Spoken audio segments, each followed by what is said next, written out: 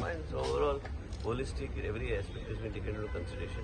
Main thing is that always many times you have people debating on the budget, debating on figures. It is not about debating on figures. It is not always debating on exactly what is what. A holistic budget is generally, if you look at it economically, when you present an overall picture exactly what the Honorable Chief Minister wants to do for the state, what are the areas of priority, and then implementation. Sometimes we are not able to, even if we have the budget, not implement in a position to take certain things forward. As a result of which, I think it's a very holistic budget. As far as healthcare is concerned, when all the other departments, education is concerned, where the Chief Minister feels should be the trust areas of the state, it's a very good budget, and it is, criticism comes from everywhere, but I think it's a holistic budget, and it's up to us as a government to see that whatever we have assured in the budget, that we are able to fulfill to a great extent. केन्ना आम्ही allotment आमकां जाता, पण आम्ही फुल 100% तेजो वापर करपाक आमकां शक्य जायना.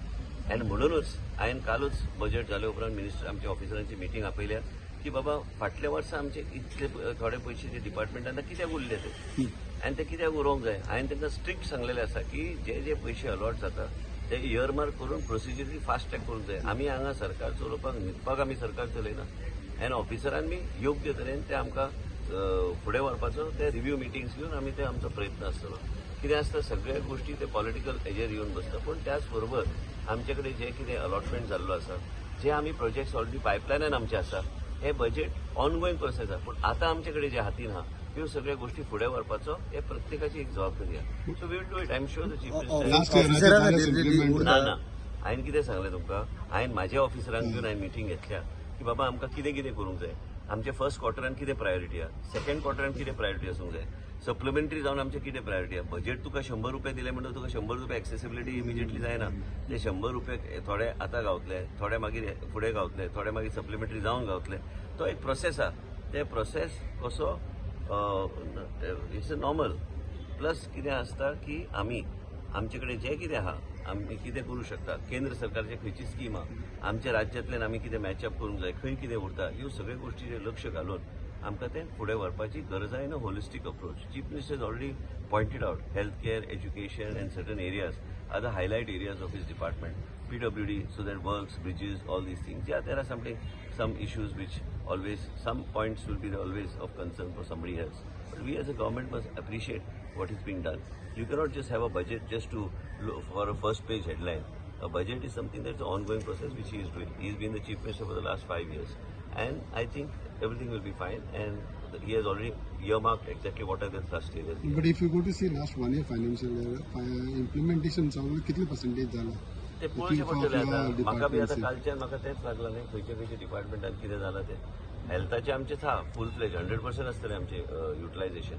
खंय युटिलायझेशन कमी जाल्या, केन्ना अर्बन डेव्हलपमेंटान कितें जाता, म्युन्सिपालिटीक तूं पयशे दिता ते पूर्णपणे युटिलायझेशन सर्टिफिकेट दिना, थंय पयशे उरता. हे सगळे सेंट्रलायज करून वेगळे तरेन चलोवपाक लोकांक कन्सल्टेटिव्हली, हांव कन्सल्टेटिव्ह शब्द कित्याक वापरता की लोकांक बी कित्याक आमकां हे निर्णय घेवंक जाय, हे निर्णय घेवन फुडें वचपाची गरज आहा. आयज तुमी पळयलें की आमी नवो कायदो हाडलो, नवो कायदो लोकां खातीर हाडला. कितले गरीब लोक, कितले ल्हान लोक अशे रावतात.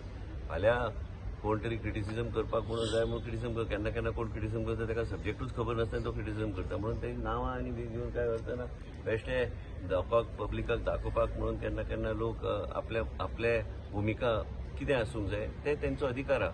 एसेंब्लीन कोणी कितेंय उलोवंक शकता, पूण कितें आहा, आयज तुमी सगळे रिपोर्टर हांगा आहात. आयज तो रिपोर्टर तो पेपरान बी रिपोर्ट करता, पूण ताका बी दिसता की आपल्या घरान जर कितें बेनिफीट गावंक जाय, सरकारान योग्य तरेन ते दिवपाची गरज आहा. आतां 4 वर्सां जालीं आमकां आतां you have to see evolution. Laws have to keep on getting evolved. Legislatures to go on legislating. Power of the legislature to legislate in the interest of the people. That power I will never give that power to anybody else. Legislation, up to a point, we have to discuss, and legislation is the right forum where you can deliberate and take it forward. I will also like to mention to you, the people who are opposing also are beneficiaries of the government. So let me not spell it out more in detail. So people who are opposed also have got tremendous amount of benefit under every section and every regulation of the government of Goa, of the town and country planning department. But you get all side help, sir, when you try to implement from all departments, your departments. You feel you get all side help? No, it is always you have to work hard. You have to work hard. Tomorrow to get a good news, you don't have to work hard.